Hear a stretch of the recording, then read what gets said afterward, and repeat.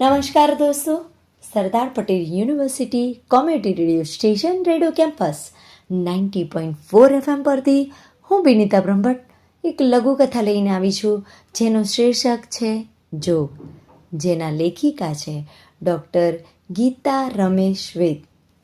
તો ચાલો મિત્રો, આપણે સાંભળીએ લઘુકથા જોગ. રામલો ખાટલીમાં બેઠો બેઠો બીડી પર બીડી ફૂંકે જતો હતો. 2 વર્ષથી વરસાદ સરખો પડ્યો ન હતો. ખેતરમાં કાંઈ ઉપજ્યું ન હતું. સાહુકાર પણ હવે વધુ પૈસા આપવાની ના પાડી રહ્યો હતો. રામલાને ફિકર હતી કે કરવું શું. 4 દિવસ પહેલાં જ પોતાની વસૂકી ગયેલી ગાયને કસાઈ વાડે વેચીને રામલાએ પૈસાનો જોગ ઊભો કર્યો હતો. પણ હવે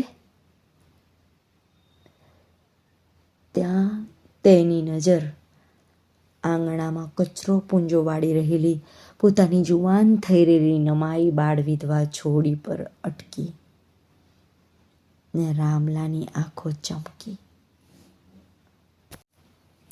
મિત્રો, તમે સાંભળી ડૉક્ટર ગીતા રમેશ વેદના કલમે લખાયેલી લઘુકથા જોગ.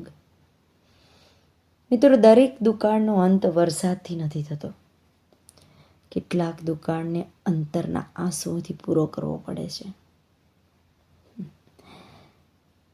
મિત્રો, હું માનું છું કે ચોક્કસ આ લઘુકથા તમને પસંદ આવી હશે.